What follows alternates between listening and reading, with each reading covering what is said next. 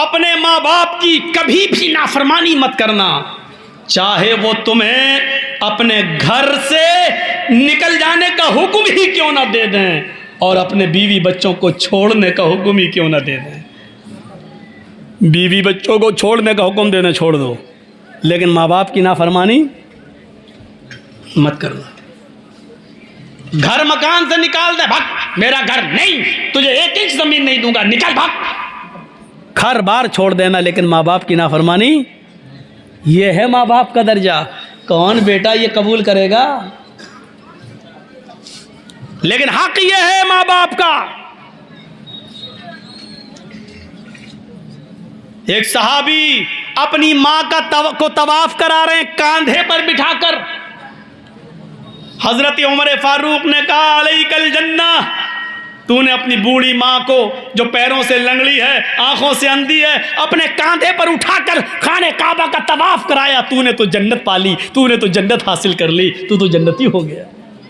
उस साहबी ने कहा, अमीरुल मोमिनीन, क्या मेरी माँ का हक अदा हो गया?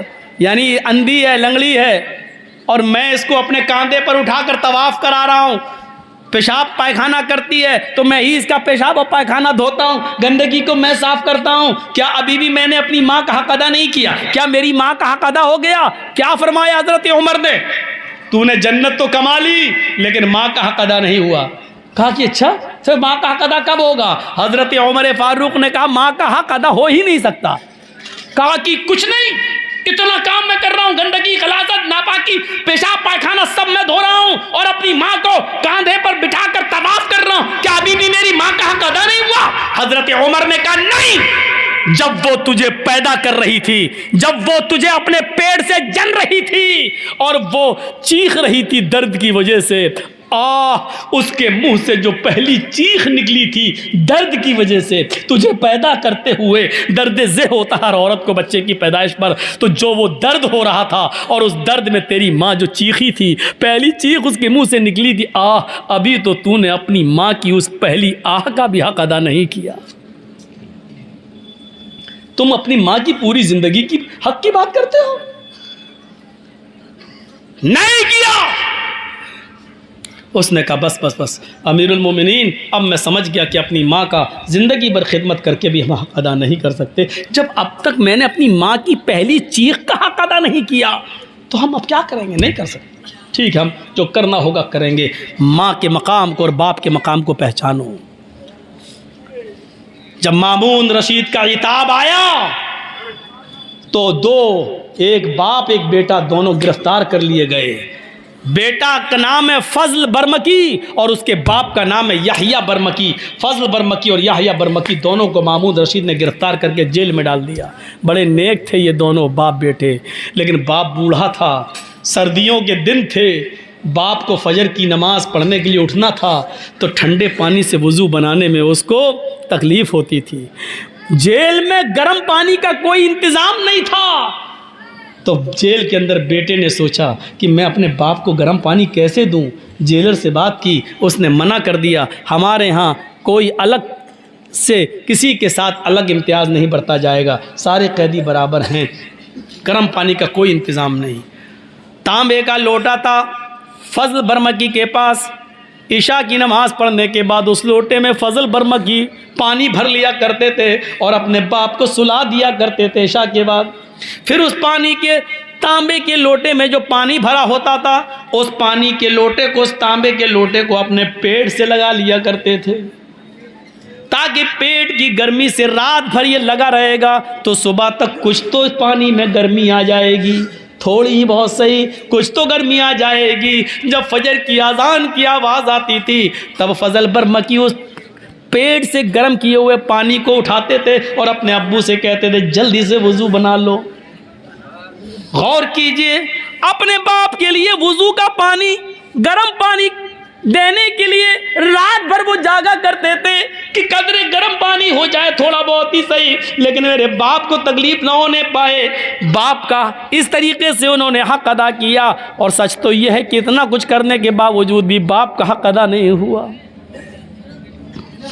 माँ को पहचानो और बाप को पहचानो, क्योंकि अगर ज़बरदस्ती सीधा होने वाली होती तो अल्लाह के नबी कह देते सीधा करो, लेकिन ज़बरदस्ती सीधा करोगे तो सीधी तो होगी नहीं, टूट जाएगी। तो ज़बरदस्ती सीधा करने से भी अगर टूट रही है, तलाक हो रही है और बच्चे आपके अलग अलग हो रहे हैं, तो ये सूरत मत आने दो, कुछ चीज़ें बर्दाश्त कर लो। और कुछ चीज़ें अच्छी भी होती हैं औरत के अंदर। आज कह रही हूँ कि मर जाए मौलवी कमीना, हमें टेढ़ा बता रहा है। तेरी बीवी भी टेढ़ी होगी, हाँ है तो क्या करें। आप क्या समझते हैं मैं आपको यहाँ डांटता हूँ, घर में हमको भी सुनना पड़ता है। और कौन ऐसा आदमी है जिसको अपने घर में नहीं सुनना पड़ता है, बताइए तो जरा।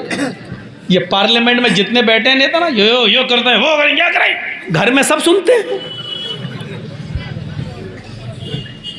सबको सुनना पड़ती है अपने, बल्कि इन नेताओं की, इनकी बीवियां जितनी निगरानी करती किसी की नहीं करती। बार बार पूछते हैं कहाँ हो, उनको मालूम है ये नेता है ना, किसी और के साथ ना लगा हुआ हो, इसलिए बार बार पूछती कहाँ हो कि नहीं साहब ये पान वाले की, अच्छा मेरी बात कराना जरा। बड़ा अजीब हाल है, शक है, अच्छा मैं फला की दुकान पे हूँ, जरा जूता खरीद रहा हूँ, अच्छा जरा जूते वाले से मेरी बात कराना। जूते वाला फ्री में मजे ले रहा है, बीवी तेरी नेता की, मैं बात करने का मुझे मिल रहा है। अजीब अजीब सूरत हाल पैदा हो गई, निगरानियां हो रही हैं, सबको सुनना पड़ती है। हजरत उमर फारूक के पास एक साहबी आए, अपनी बीवी की शिकायत लेकर, दरवाजा खटखटाया, सोचा घर के अंदर है, वो बाहर बैठ गए, अभी निकलेंगे हजरत उमर, बैठ गए वो। थोड़ी देर के बाद क्या देखते हैं, घर में आवाजें आ रही हैं, उनने कान लगाया जो दरवाजे से, तो क्या देख रहे हैं, उमर फारूक की बीवी उमर पे बरस रही हैं। चले जाते हो, बैठे रहते हो खिलाफत में, इधर गए उधर गए, खाना कौन लेके आएगा, पकने को कौन लेके आएगा, बच्चों का क्या होगा, बच्चों की पढ़ाई, बच्चों का खाना पानी, बच्चों के कपड़े लत्ते, क्या है तुम्हें कोई फिक्र है। जब देखो गरीबों की पीछे लगे रहते हो, कौन जरूरतमंद है, दूसरों की जरूरत पूरी कर रहे हो, अपने घर की फिक्र नहीं। हजरत उमर सुन रहे हैं, गर्दन डाले। इसने देखा है ये क्या करेंगे, दूर हमारी शिकायत, हम तो अपनी बीवी की शिकायत लेके आए, ये क्या करेंगे, बोर्ड के चला गया बेचारा, जाने लगा। हजरत उमर फारूक थोड़ी देर के बाद निकले, देखा वो जा रहा है, उसको बुलाया, आवाज देंगे मिस्टर इधर आओ। क्या इधर, तुम आए थे कहाँ, किस लिए, का कुछ नहीं, वो अब मैं जा रहा हूँ। अरे तुम कुछ शिकायत लेके आए थे ना, नहीं नहीं नहीं अब मैं जा रहा हूँ। बताते क्यों नहीं हो, आए थे शिकायत लेके और चल दिए, कुछ बात हो तो बताओ ना, क्या बात है, मैं अमीरुल मोमिनीन हूँ, लोगों का खादिम हूँ, मैं आपके ही काम के लिए बैठा हुआ हूँ, बताओ क्या जरूरत है। कहने लगा अमीरुल मोमिनीन जिस काम के लिए आया था वो काम आपके बस का नहीं है। मेरे बस का नहीं, कहा वो मैं देख लिया हूँ, अब मुझे जाने दीजिए। कहा हुआ क्या ये तो बताओ। कहा अमीरुल मोमिनीन मेरी बीवी मेरे ऊपर रोज चढ़ जाती है, डांटती है, फटकारती है, उल्टा सीधा बोलती है, मैं अपनी बीवी की शिकायत लेके आया था, लेकिन देख रहा हूं कान लगा के सुना तो आपकी बीवी आपको डांट रही है, उल्टी गंगा बह रही, यहां तो आप कुछ बोल ही रहे, आप सुन रहे चुपचाप खामोश बैठे। 22 लाख मुरब्बा मील पर हुकूमत करने वाला भी अपनी बीवी की सुन रहा है। ये तो शुक्र मनाए कि इसकी बीवी है नहीं, वरना आधी परेशानियां दूर हो गई होती। क्योंकि जो आदमी बीवी की परेशानियां सह चुका हो वो आदमी जानता है परेशानी क्या है। इसलिए जिसको घर में परेशान करने वाली बीवी नहीं होती वो दूसरों को परेशान करता है। देखना इस जुमले को कैसे एडिट करेंगे लोग, देखिएगा इस जुमले को कैसे बनाए। मौलाना, इस जुमले को जानते हो कैसे लिखेंगे, मौलाना ने मोदी को क्या कहा, इस तरीके से यूट्यूब में डालेंगे। इसी चीज से मुझे डर लगता है, इसलिए न ज्यादा मंत्र पढ़ रहा हूं न मैं नाम ले रहा हूं किसी का। ये हालत है मेरे साथ। मैं नहीं चाहता था कि मैं समझौता करूं, लेकिन करना पड़ रहा है मुझे हालात के साथ। इतना तो कोई नहीं परेशान करता है। तो मेरे भाइयों, अब वक्ती तौर पे एक बात आ गई, मैंने कह दी। अब इसका ये मतलब थोड़ी कि आप उसका फोटो मेरे फोटो के साथ बना देंगे। मौजू ये होना चाहिए कि इस्लाम ने औरत को क्या मकाम दिया है, ये होना चाहिए। एक ये मौजू ना होकर क्या मौजू होगा, मौलाना ने मोदी को ललकारा, ये बनाते हैं यूट्यूब। अब बताइए, इसको जब लाखों लोग देखेंगे तो जो उसके फ़ैन हैं क्या कहेंगे? कहीं कहीं मुकदमा। ज़रूरी नहीं है कि हम बिहार में बोलें तो बिहारी पर मुकदमा हो, कोई भी आदमी कहीं भी मुकदमा दायर कर सकता है, ये कानून है हिंदुस्तान। बिहार में होंगे तो चलो आप लोग निपटा लोगे, बंगाल में होंगे तो चलो ममता दीदी हैं, लेकिन कहीं और अगर हो गया और जहाँ बीजेपी की हुकूमत है वहाँ अगर मुझ पर मुकदमा हो गया तो कौन है? कोई नहीं आता साथ। मैंने सबको देखा है। सुनते वक्त मौलाना आप ये नहीं बोले, आज मज़ा नहीं आया, आज उसको नहीं बोले, बहुत कहने वाले मिलेंगे। जब परेशानियाँ आती हैं और जब कोई जेल में चला जाता है तो कोई साथ नहीं आता है। यकीन मानना, अगर मेरा नहीं उनसे मिलने नहीं आए, क्यों? CID मेरे पीछे लग जाएगी। मौलाना जर्जी से इसके क्या ताल्लुक़ है? ये क्यों मिलने गया था? सबको देख लिया है। आपको भी मशवरा देता हूं, जो कुछ भी करना है अपने बलबूते पे करना है। ये मत सोचना कि आपको परेशानी आई, आप कभी जेल में चले गए तो दूसरे आपकी मदद करेंगे। दूसरों पर कभी भरोसा मत करना। आपके अंदर अपनी कैपेसिटी हो, बर्दाश्त करने की अपनी क्षमता हो तो आप कदम उठाइएगा, नहीं तो दूसरों के भरोसे पर मत रहिए। तो हज़रत उमर फारूक से कहा कि आप तो खुद ही परेशान हैं, मैं जा रहा हूँ। हज़रत उमर ने कहा अच्छा सुनो, शादी हो गई? हाँ। बच्चे हैं? हाँ। बच्चे किसके हैं? उसने कहा मेरे। दूध किसने पिलाया?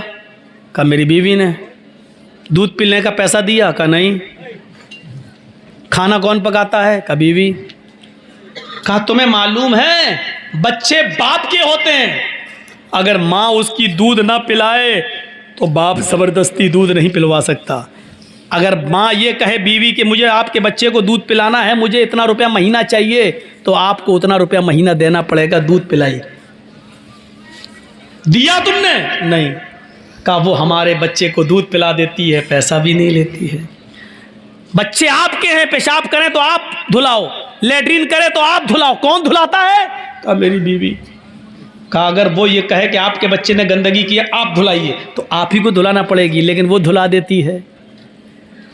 खाना कौन बनाता है? कहा बीवी। कहा जब निकाह हुआ था तो तुमसे खाना पकाने की शर्त नहीं थी, उसमें यह था कि इतने इतने रुपए मेहर के बस तुम्हारे साथ निकाह किया जा रहा है, क्या तुमने कबूल किया? इतने इतने रुपए मेहर के बस तुम्हारे निकाह में, अलावा नान नफका, तुम्हारे निकाह में फला की बेटी के साथ तुम्हें निकाह हो रहा है और पढ़ा दिया गया, क्या तुमने कबूल किया? अलावा नान नफका। 5,000 रुपये मेहर, 10,000 रुपये मेहर, अलावा नान नफका। 2 तोले सोना अलावा नान नफका। ये होता है 4,000 रुपया, 2,000 रुपया मेहर, सिक्का रायजुल वक्त, अलावा नान नफका। ये लिखा जाता है रजिस्टर पर। अलावा नान नफका का मतलब जानते हो? अलावा यानी 5,000 रुपये, ये तो नकद आपको देना पड़ेगा बीवी को जो मेहर है। अलावा नान नफका, अलावा नान नफके का मतलब रोटी और कपड़ा और खर्चा, कपड़ा खर्चा, दवा, ये सब आपकी जिम्मेदारी है। खाना आपकी जिम्मेदारी है। अगर आपकी बीवी खाना नहीं बनाती है तो आप ज़बरदस्ती नहीं बनवा सकते हो, चल खाना पका, नहीं। वो कह सकती है नहीं हम नहीं पकाएंगे, जाओ क्या कर लोगे। कहने लगा अमीरुल मोमिनीन खाना पकाना बीवी की जिम्मेदारी नहीं है? कहा नहीं। बच्चे अच्छे धुलाना बीवी, ठीक है ठीक है, हमको बता दिया यही ठीक है।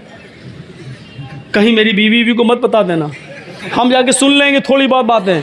अगर ये बता दिया तो सर पे चढ़ जाएगी, कल से खाना भी हमें बनाना पड़ेगा, पेशाब पायखाना भी हमें धोना पड़ेगा।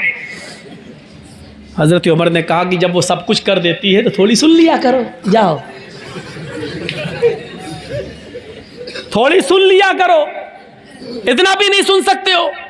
कहा नहीं सुन लूँगा, थोड़ी नहीं, अब तो जितनी सुनाएगी उतनी सुन लिया करूँगा। ठीक है आपने मुझे बता दिया, मतलब खाना पकाने से तो बेहतर है, पेशाब पायखाना धोने से तो बेहतर है, सुन लूँ, सुनने में क्या जा रहा।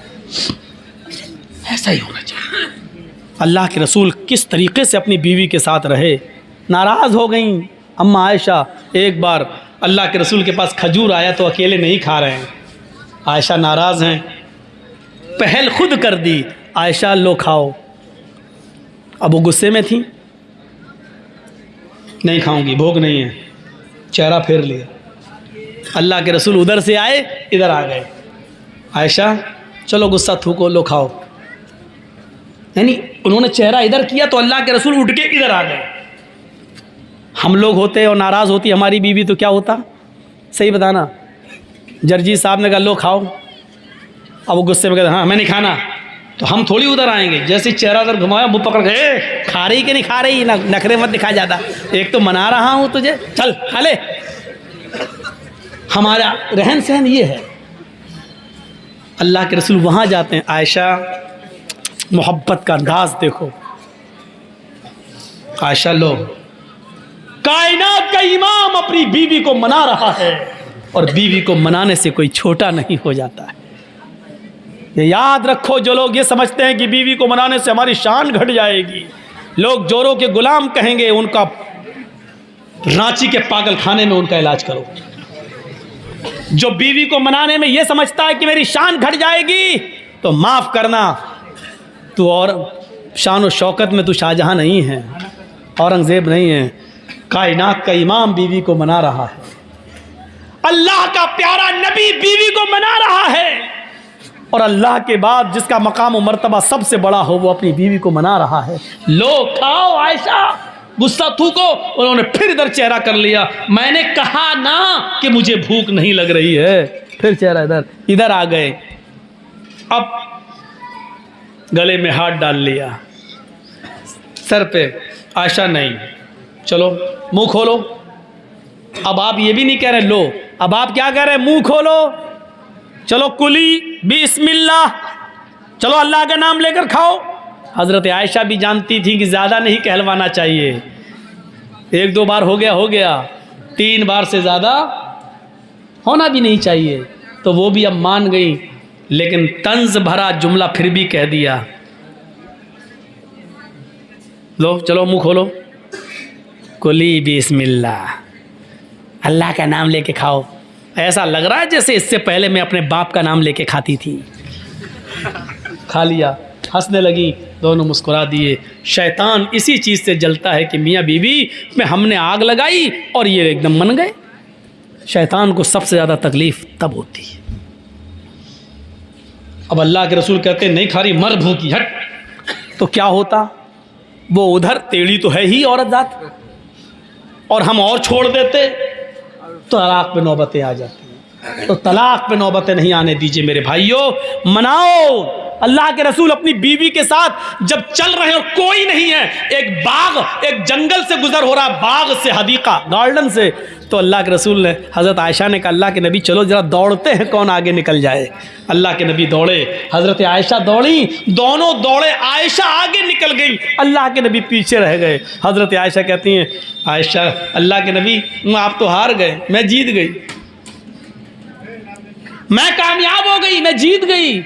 आपने कहा जी कोई बात नहीं, आप जानते हैं बीवी जीती तब भी मेरी खुशी, मैं जीतता तब भी मेरी खुशी, लेकिन बीवी जीत गई, उसको खुशी हो रही तो होने दो। हाय हाय हाय। 3-4 साल के बाद फिर उसी रास्ते से गुजर हो रहा है। अल्लाह के नबी ने कहा आयशा कुछ याद आया? हाँ आया, यहाँ हम लोग 4 साल पहले दौड़े थे। हाँ। हज़रत आयशा कहती चलिए फिर दौड़ लगाते हैं, देखें कौन आगे निकल जाए। फिर दौड़े, अब अल्लाह के नबी आगे निकल गए, आयशा पीछे रह गई। औरत को खुशी होती है तो गुस्सा भी बहुत जल्दी आता है, ये फितरत है औरत की। अल्लाह के नबी ने कहा क्या हुआ? कुछ नहीं। अच्छा वो पीछे रह गई इसलिए ना। आपने कहा आयशा देखिए समझ गए, शौहर वो होता है जो अपनी बीवी का चेहरा पढ़ ले। समझ गए, आज बेचारी पीछे रह गई है इसलिए तकलीफ़ हो रही है। आपने कहा आयशा पहले तुम क्यों आगे निकली थी मालूम है? कहा क्यों? कहा पहले तुम पतली दुबली थी, इसलिए दौड़ती हुई आगे निकल गई थी। इन 4 सालों में तुमने कुछ खाया है, मदीने के खजूरों ने तुम्हें थोड़ा मोटा कर दिया है, पहले से तुम्हारा वज़न थोड़ा बढ़ गया है इसलिए पीछे रह गई, मैं आगे निकल गया। हाँ हो सकता है। अभी भी अल्लाह के नबी समझ रहे हैं कि वो खुशी नहीं है जो होनी चाहिए। आपने कहा आयशा इसमें गुस्सा होने की क्या बात, एक मर्तबा तुम जीती एक मर्तबा मैं, मैच डिरा, फाइनल हम लोग दौड़ेंगे ही नहीं कि किसी को तकलीफ हो। अब आयशा ने दिमाग लगाया, अम्मा आयशा हाँ बात तो सही है, एक मर्तबा मैं भी तो जीत चुकी हूँ और एक मर्तबा आप, अभी तो बराबर हुआ है। तब तो शौहर नब्ज समझता है बीवी किस बात से खुश होती है। आपने कभी नब्ज समझने की कोशिश की? नब्ज पढ़िए, पहचानिए। हर चीज औरत मुंह से नहीं कहती है। एक बार गुस्सा भी आया अल्लाह के रसूल को और किसी बात पर गुस्सा होकर कसम खा ली कि मैं 1 महीने तुम लोगों से बात नहीं करेंगे, किसी बीवी से हम नहीं मिलेंगे। कसम खा ली। 1 महीने कसम पूरा करने के लिए आप ऊपर चले जाते, नमाज पढ़ के आए और छज्जा था वहाँ लकड़ी का तख्त, उसी पे चले जाते थे, किसी से नहीं बात करते थे।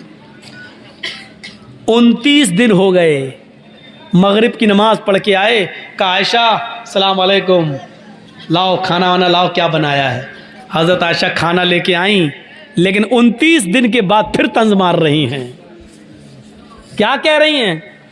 अल्लाह के नबी जी, आपने तो 1 महीने की कसम खाई थी, आज तो 29 ही दिन हुए हैं, सब्र नहीं हुआ। ये औरत की फितरत है, वो कुछ ना कुछ कहेगी। और मर्द की फितरत ये होनी चाहिए कि उसको अपनी औरत की सुनना चाहिए। देखिए हम कितनी अच्छी बात बता रहे हैं आपको, यहां से सीखिए। अल्लाह के नबी से क्या कहा हजरत आयशा ने? आज तो 29 ही दिन हुए हैं, मगरिब के बाद आ गए, खाना लाइए। आपने तो 1 महीने की कसम खाई थी कि मैं बात नहीं करूंगा, सब्र नहीं हुआ, 29वें दिन बोले। तो अल्लाह के रसूल ने ऐसा जवाब दिया, आयशा चुप हो गई। आपने कहा आयशा महीना 29 का भी तो होता है। और देखो चांद हो गया है, यानी महीना खत्म। मगरिब में हम चांद देखा गया, महीना 29 का भी होता है और आज 29 का चांद हुआ है, यानी महीना खत्म। मैंने 1 महीने की कसम खाई थी, महीना पूरा हो गया। अच्छा चांद हो गया। हाँ, ये है मियाँ बीवी के दरमियान ताल्लुकात। मेरे भाइयों, इनको बिगड़ने मत दीजिए। लोग चाहेंगे, कोशिशें करेंगे बिगाड़ने की, तो वला तौक करना वालिदैक, बोल रहे थे माँ बाप के ऊपर, पहुंच गए मियाँ बीवी के। वला तौक करना वालिदैक व इन मराकन तखरुज मिन अहलिका व मालिक, 2 चीजें। तीसरी चीज वला ततरुकन्न सलातन मक्तूबतन मुतअम्मिदन फइन्न मन तरक सलातन मक्तूबतन मुतअम्मिदन फकद बरियत मिनहु जिम्मतुल्लाह। फर्ज नमाज कभी कसदन जानबूझकर मत छोड़ना। जो फर्ज नमाज जानबूझकर छोड़ देता है, अल्लाह रब्बुल आलमीन के ऊपर से उसकी जिम्मेदारी उठ जाती है, फिर अल्लाह को उसकी कोई फिक्र नहीं होती। फर्ज नमाज कभी जानबूझकर मत छोड़ना। जंग हो रही है लेकिन सहाबा नमाज नहीं छोड़ रहे। अगर 500 आदमी जंग लड़ रहे हैं, अजान का टाइम हो गया तो 250 लोगों ने मोर्चा संभाल लिया और 250 लोग नमाज पढ़ने में मसरूफ हो गए। जब ये 250 नमाज पढ़ चुके तो इन्होंने मोर्चा संभाल लिया और जो लड़ रहे थे उन्होंने नमाज पढ़ना शुरू कर दी। मेरे भाइयों, जंग हो रही है लेकिन सहाबा ने नमाज नहीं छोड़ी। नमाज किसी भी कीमत पर माफ नहीं। जरजीत साहब को आरएसएस के कुछ गुंडे पकड़ के बांध दें, पेड़ से बांध दें, लाठी डंडे बरसाएं, हाथ पैर बंधे हैं, अभी जिंदा हैं जरजीत साहब और अजान का टाइम हो चुका है। आवाज आ रही अल्लाहू अकबर अल्लाहू अकबर। जरजीत साहब के ऊपर अब फर्ज हो गया कि वो नमाज पढ़ें। या अल्लाह, गुंडों ने बांध रखा है, हम नमाज कैसे पढ़ें? हमें नमाज पढ़ना है, हमें उन गुंडों से एक बार कहना है कि भैया अजान हो रही है, मुझे थोड़ी देर के लिए छोड़ दीजिए कि मैं वुजू बना कर नमाज पढ़ लूं।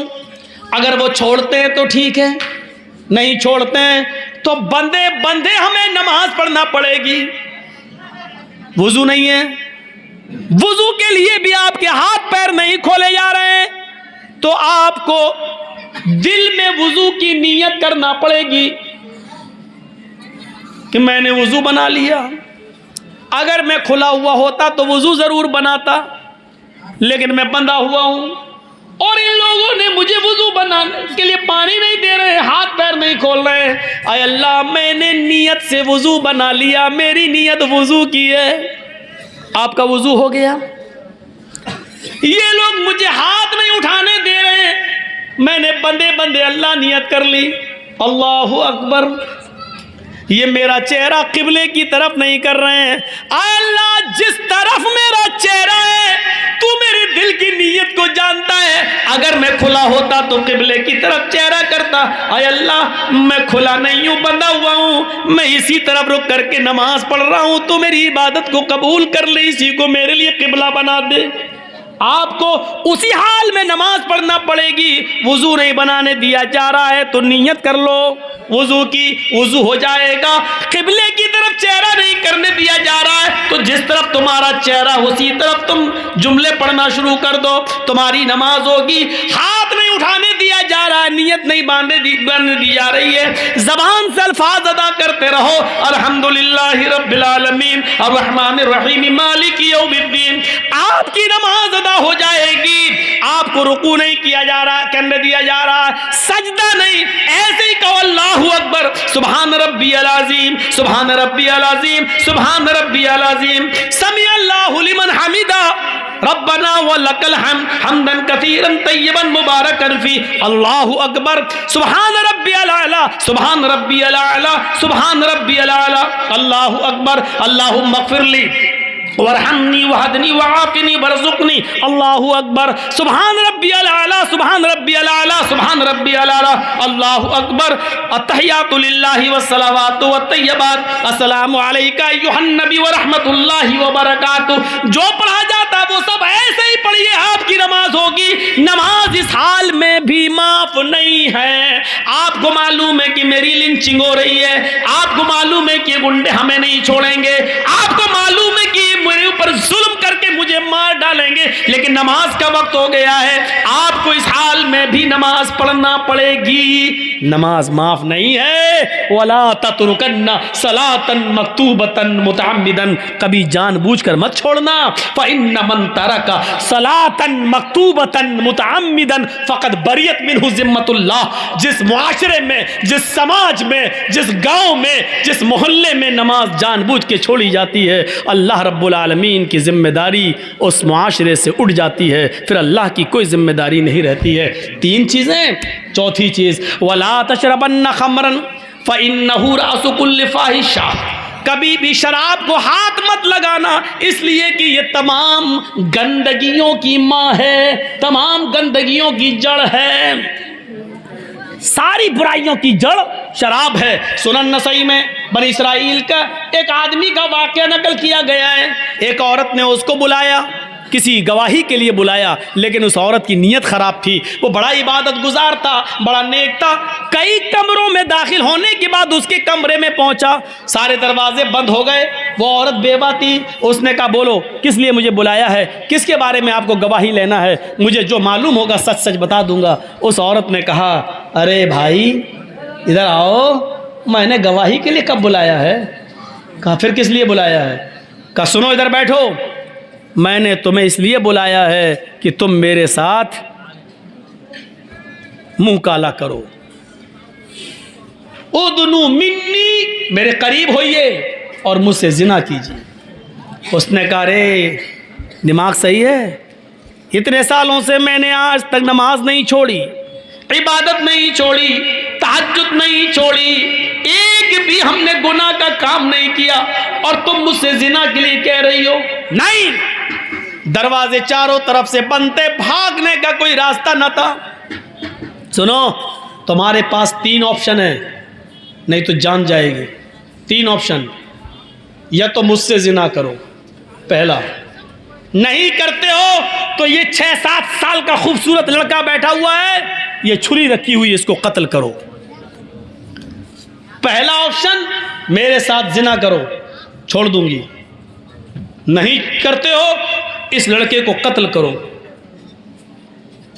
उसने कहा यह भी बड़ा गुनाह है, मैं नहीं करूंगा। इस बच्चे ने मेरा क्या बिगाड़ा जो मैं इसको कत्ल करूं? नहीं कर सकता। तो उसने कहा तीसरा ऑप्शन, ये प्याले में जो शराब रखी हुई है इसको पियो, छोड़ दूंगी। उसने देखा कि तीनों ऑप्शन में से एक ऑप्शन तो अपनाना है, वरना मेरी जान खतरे में है। तो उसने सोचा जिना बहुत बड़ा गुनाह है, कत्ल भी कोई कम बड़ा गुनाह नहीं है। शिर्क के बाद दूसरे नंबर पे कत्ल आता है, और कत्ल के बाद तीसरे नंबर पे जिना आता है। तो ये भी बहुत बड़ा गुनाह है, न मैं कत्ल करूंगा न मैं जिना, शराब पीना भी गुनाह है, मैं शराब नहीं पीना चाहता लेकिन जान बचाने के लिए ये ऑप्शन उसने दिया है तो मजबूरी है, शराब पी लेता हूं, कम से कम जिना और कत्ल से तो कम गुनाह है। और उसने शराब उठाई और पी ली। पहले प्याले में ही गुनूदगी आ गई। उस औरत ने एक और प्याला पिला दिया, लो पियो, नहीं तो हम छोड़ेंगे नहीं। गड़ गड़ गड़ गड़ गड़, दूसरा भी पी गया।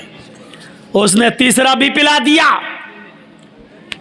और उसके बाद उसने छुरी दी, पकड़ो इसे, मारो इसको, मारो इसको। बच्चे को भी कत्ल कर दिया। फिर उस औरत ने उसको पकड़ा, उसके कपड़े उतारे, अपने भी उतारे, जिना भी कर लिया। सुनन नसई के अल्फाज हैं हदीस की किताब के कि उस आदमी ने शराब पी और शराब ने उसको तीनों गुनाह करने पर मजबूर कर दिया, यानी कत्ल भी करवा दिया और जिना भी करने पर मजबूर कर दिया। वरना एक जिना कर लेता, बच जाता, जान बच जाती, दो गुनाह से बच जाता, औरत भी खुश हो जाती, बाद में जाके तौबा कर सकता था।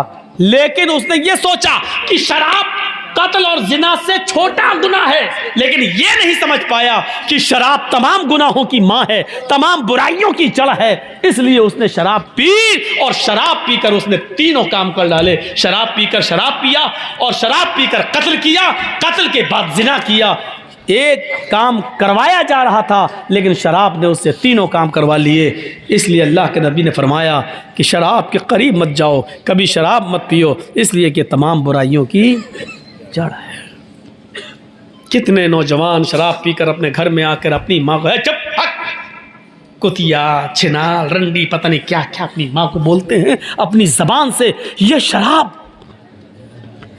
तसव्वुर करो तुम्हारे कलेजे कैसे बर्दाश्त कर लेते हैं कि शराब पीकर तुम अपनी माँ के सामने आ जाओ, अपनी बहन के सामने आ जाओ और उन्हीं को माँ बहन की गालियां दो। ये तुम्हारे ज़मीर कैसे गवारा कर लेते हैं।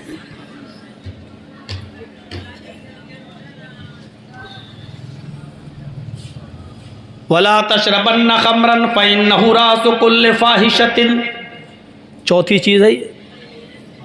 और पांचवी चीज इय्याका वल मासिया फइन्न बिल मासियति हल्ला सखतुल्लाह, कभी जिंदगी के अंदर अल्लाह की नाफरमानी का कोई काम मत करना, इसलिए कि जिस बस्ती में अल्लाह की नाफरमानी के काम होते हैं अल्लाह का अजाब उस बस्ती पर हलाल हो जाता है। यानी अल्लाह को उस बस्ती पर अजाब नाजिल करने में देर नहीं लगती है। नाफरमानी के काम हो रहे हैं ना, इसलिए बारिश रोक दी जाती है। जब नाफरमानी के काम ज़्यादा होते हैं तो गाँव से बरकतें उठा ली जाती हैं। जब नाफरमानी के काम ज़्यादा होते हैं तो जालिम हुक्मरान हमारे ऊपर मुसल्लत हो जाते हैं। आज हम रो रहे हैं, चीख रहे हैं, चिल्ला रहे हैं, ऐसा कभी जिंदगी में नहीं हुआ। इस तरीके की हमने कभी दिन नहीं देखे। आज ये दिन क्यों देखना पड़ रहे हैं? ये तो अल्लाह के नबी ने फरमाया था, अमालुकुम और मालुकुम, जैसे तुम अमल करोगे वैसे हम तुम्हारे ऊपर हुक्मरान बिठा देंगे। हमारे अमल अच्छे होते तो अच्छे लोग हमारे ऊपर हुकूमत करते, हमारे अमल बुरे हैं इसलिए बुरे लोगों को अल्लाह ताला ने हमारे ऊपर मुसल्लत कर दिया है। जिस बस्ती में अल्लाह की नाफरमानियाँ ज़्यादा होती हैं उस बस्ती पर अल्लाह का अजाब हलाल हो जाता है। अल्लाह रब्बुल आलमीन उस बस्ती पर अजाब नाजिल कर देता है। डरो, इन पांचों चीज़ों को अपने जहन में रखो। शिरक ना करना, माँ बाप की नाफरमानी मत करना, फ़र्ज़ नमाज कभी कसदन जानबूझकर मत छोड़ना, शराब मत पीना और अल्लाह की नाफरमानी का कोई काम मत करना। 5 चीज़ें मैंने इख्तिसार के साथ बताई हैं, 5 रह गई हैं, फिर कभी किसी दूसरे मौके पर पूरा करूँगा क्योंकि 3 बजने वाले हैं और मैं 2 घंटा पौने 2 घंटे से ज़्यादा नहीं बोलता हूँ। तो हम अल्लाह ताला से दुआ करते हैं कि बारे अल्लाह तो हमारी ख़ताओं को माफ़ फरमा दे, हमारे गुनाहों को बख्श दे, हम जमीअ मुसलमानों पर रहम फरमा। बारे अल्लाह हम तमाम मुसलमानों के अंदर इस्लाम पूरा पूरा दाखिल फरमा दे। बारे अल्लाह हमें इस्लाम के अंदर जिन चीज़ों से इस्लाम ने हमें रोका हमें उससे रोकने की तौफीक